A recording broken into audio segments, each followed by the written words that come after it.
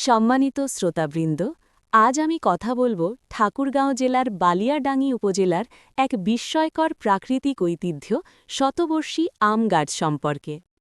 এই আম গাছটি শুধু একটি গাছ নয়, এটি বালিয়াডাঙ্গির ইতিহাসের নীরব সাক্ষী।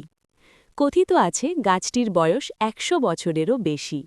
যুগের পর যুগ ধরে এটি দাঁড়িয়ে আছে গ্রামবাংলার আকাশের নিচে।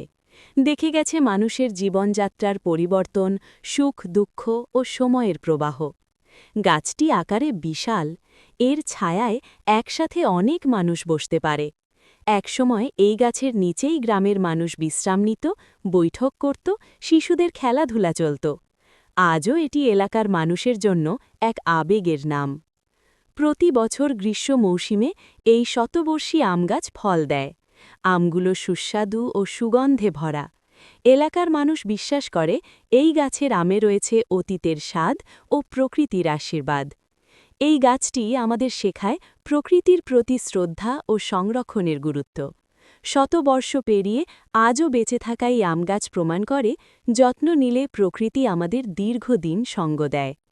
পরিশেষে বলা যায়, বালিয়াডাঙ্গির শতবর্ষী আমগাছ শুধু একটি গাছ নয়, এটি আমাদের ইতিহাস, ঐতিহ্য ও প্রকৃতির সাথে মানুষের গভীর সম্পর্কের প্রতীক। ধন্যবাদ সবাইকে।